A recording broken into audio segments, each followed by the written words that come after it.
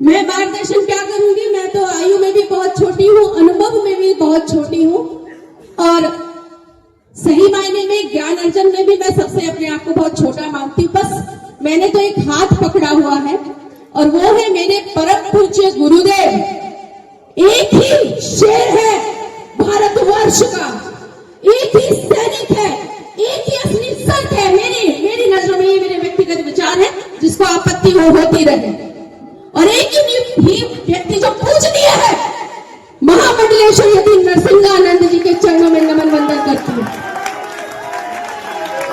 जब सारे रस्तों से भटक जाता है व्यक्ति, जब सारे रस्तों से भटक जाता है, उसे सूझता नहीं तो क्या करना है, तो आजा मेरे महाराज के चरणों में। ये व्यक्ति आपके अंदर वो अग्नि प्रवाहित करेगा, आपके अंदर की उस शक्ति को जागृत करने का इस व्यक्ति के अंदर वो कला है, वो साहस है, वो जिगर है, जो किसी और दूसरे में आपको मिलेगा ही नहीं और आपको मृत से जो है जीवंत कर देगा।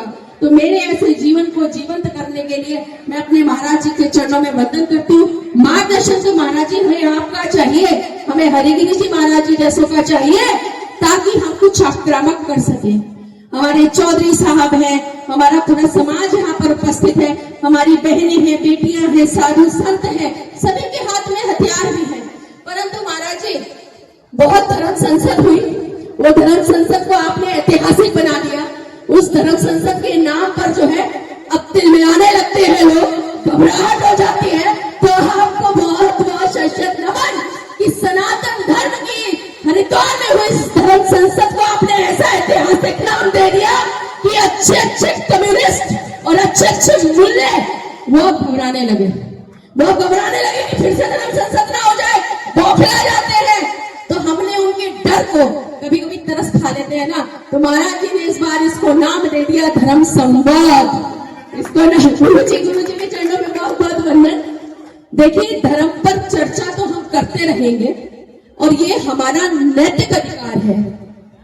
आप संवैधानिक तरीके से हम पर वार कर सकते हो, हमें जेलों में डाल सकते हो, हमें मुंहबंद कर सकते हो, हमें मरवा भी सकते हो, हमें सब मंजूर है। चौधरी साहब ने कहा get prepare for everything, we are ready to do and die, we are ready to do and die for our Hindus, we are ready to do and die for our Hindu daughters.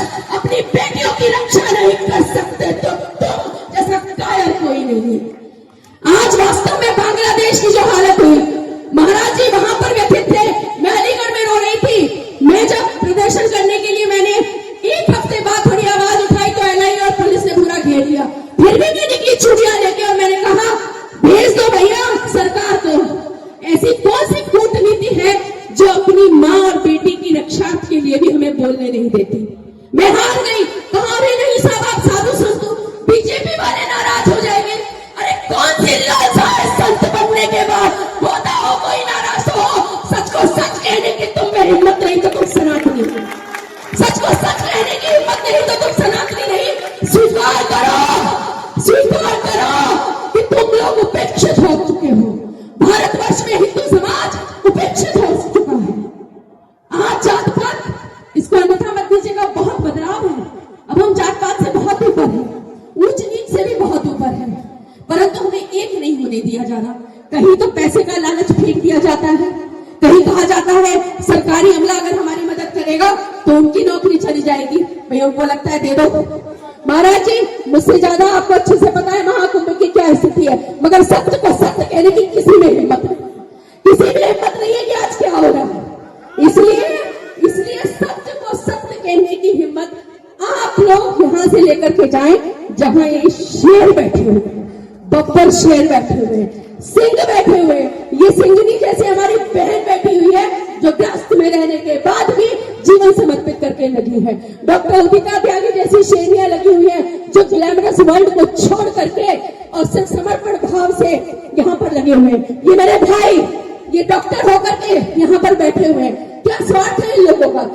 अरे आप जैसे 100 लोग भी हमें मिल जाए तो 15 मिनट तो छोड़ो, 5 मिनट में हम वो उजाड़ करके दिखा दें। हरिगिरी जी महाराज एक बार आज्ञा तो दे दें, त्रिशूल वाले चलाने के लिए हम आपके आदेश के लिए बैठे हुए हैं।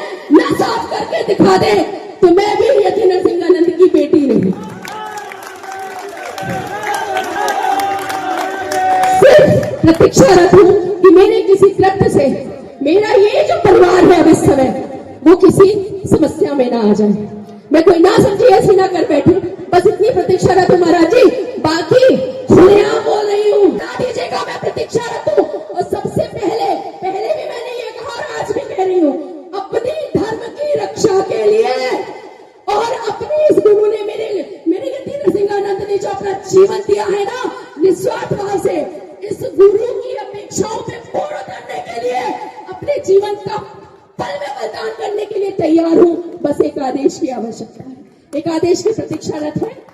मार्गदर्शन, चर्चाएं, समस्याएं सब वही है, लेकिन प्रण क्या लेके जाना है कि इस धर्म संवाद की इस बैठक से धर्म संग्राम के लिए तैयार हो जाओ, धर्म संग्राम के लिए तैयार हो जाओ। महाराज जी, छोटे मुंह बड़ी बात संवैधानिक तौर पे रखिए। और पुनः बार बार कहती हूँ, अगर कभी भी डिप्रेशन में हो, परेशानी में हो, तो आ जाओ मेरे गुरु की शरण में। ये व्यक्ति जो है ये ऐसी ऊर्जा से भर देता है कि जीवन को एक नया आयाम दे देते हैं और जीवन जो है ऐसा लगता है कि मानव रूप में जन्म लेना जो है साकार हो। इसलिए सही गुरु की शरण में जाना यह अत्यंत आवश्यक है।